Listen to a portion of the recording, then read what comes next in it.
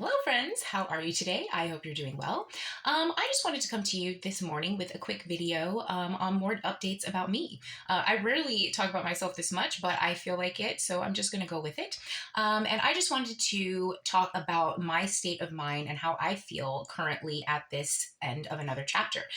Even though things seem to be quite dire right now, I am unbelievably proud of myself and all of the choices that I have made so far.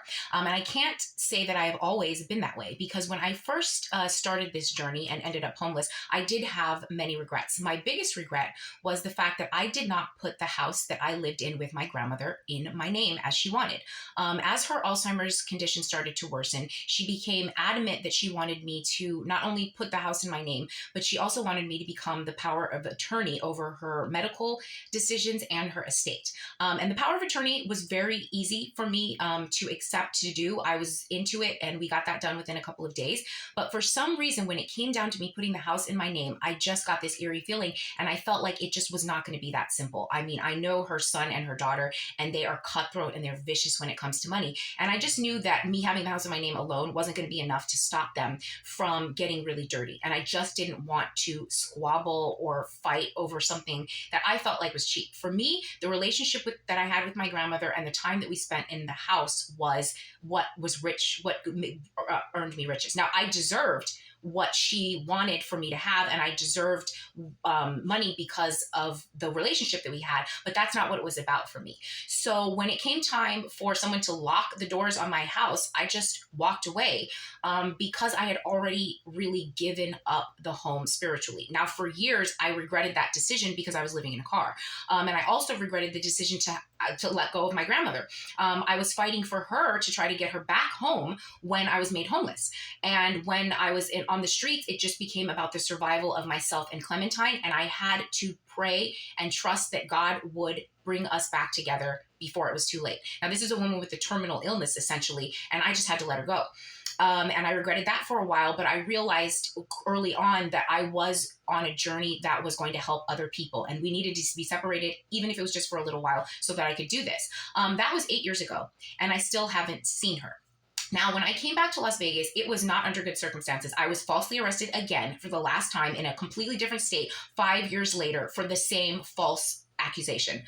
And I ended up back with my family. And my family wanted me to just ignore the fact that my grandmother was alive and that she had been completely violated and move on with my life somehow and get a job at the county and end up in an apartment or something. I don't know what they wanted from me, but it was something like that. And this is the same county that I plan on suing for violating my civil rights. But these are people who that's what they've done. And that's all that they knew. And so they were very offended by the fact that I chose to heal in my way, and that which ended up in me having to leave my mom's house early. But I'm even proud of myself in that situation. I have never asked anything of anyone too much. I've only stayed with people for a couple of days. And when I had to stay with people for longer, I have always paid them for it. I took care of my friend G the entire time I was at his house, and I paid my mother out of my settlement twice what she demanded for staying at her house. I have been nothing but a good guest in every city, state, and place that I've gone. And I have done my very, very best, even leading to this point. Every dime that I've spent, every move that I've made, every single thing that I've done, I have made the best decision. I spent the time that I was at my mom's house healing, helping her make her house and her life better, and writing the book, which I didn't even get to finish. I got just to finish the book, and then I had to leave her house. And I was able to produce the book from Airbnbs and create this whole movement and this channel. And I tried the court of law to try and get justice for what happened to me. And that didn't work because they were against me as well. So I am going to use this platform, and by any means necessary, whatever it takes, I will get justice, particularly for my grandmother, who is still alive and well and still being the victim of a very serious white-collar crime, many white-collar crimes, and all of it is on paper. And I will not stop until I get justice, and shame on anybody who wanted me to.